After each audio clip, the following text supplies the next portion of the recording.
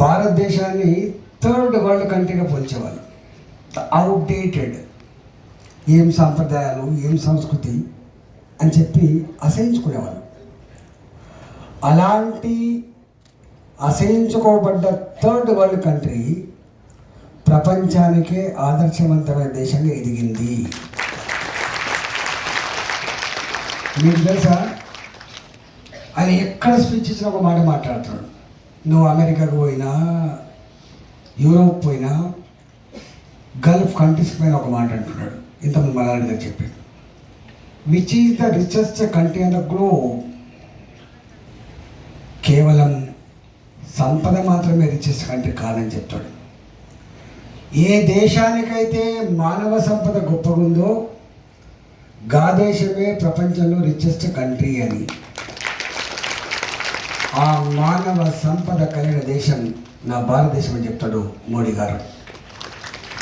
అందులో ఇంతకుముందు మలాడి గారు చెప్పిండ్రు, యువశక్తి కలిగిన దేశం నా దేశం.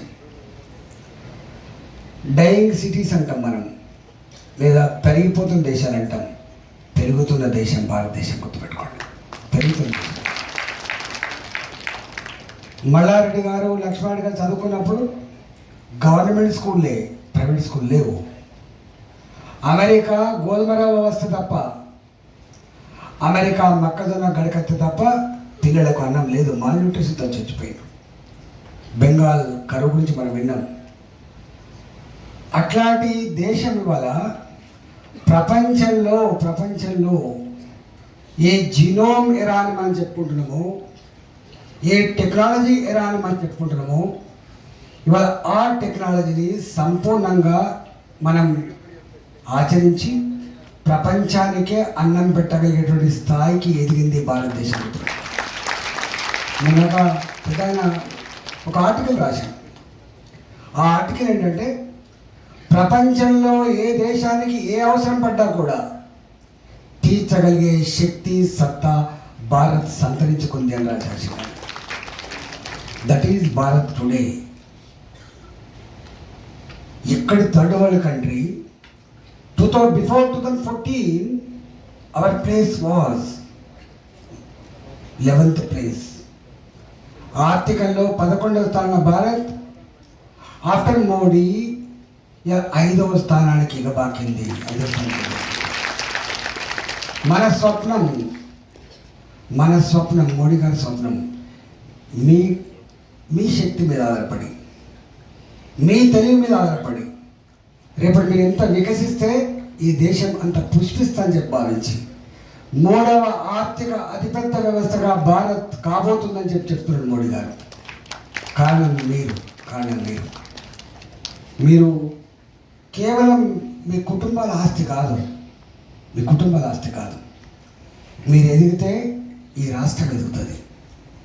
రాష్ట్రాల అభివృద్ధిలోనే దేశ అభివృద్ధి ముడిపడిందని చెప్పేటువంటి వ్యక్తి మహనీయుడు మోడీ గారి వల్ల.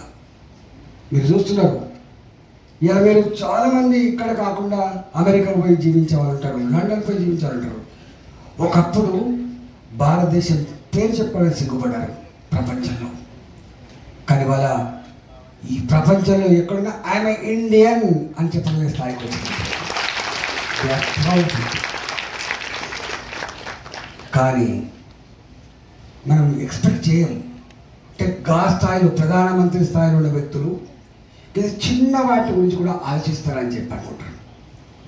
ఏ జీనోమ్ యుగం అని చెప్పుకుంటున్నామో, ఏ రాకెట్ సైన్స్ యుగం అని చెప్పుకుంటున్నామో, గా దేశంలో 65-66 సంవత్సరాల వరకు కూడా నా మహిళలకు టాయిలెట్స్ లేవు గ్రామీణ ప్రాంతాల్లో.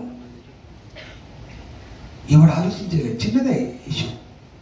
రెస్పెక్ట్, మహిళలు రెస్పెక్ట్ లేదు గ్రామాల్లో. అట్లాంటి దేశంలో నా మహిళలకి టైలర్ కట్టించాలని చెప్పి 12 కోట్ల ఇళ్ళలో టైలర్ కట్టించి మహిళల ఆత్మగౌరవం కాపాడు.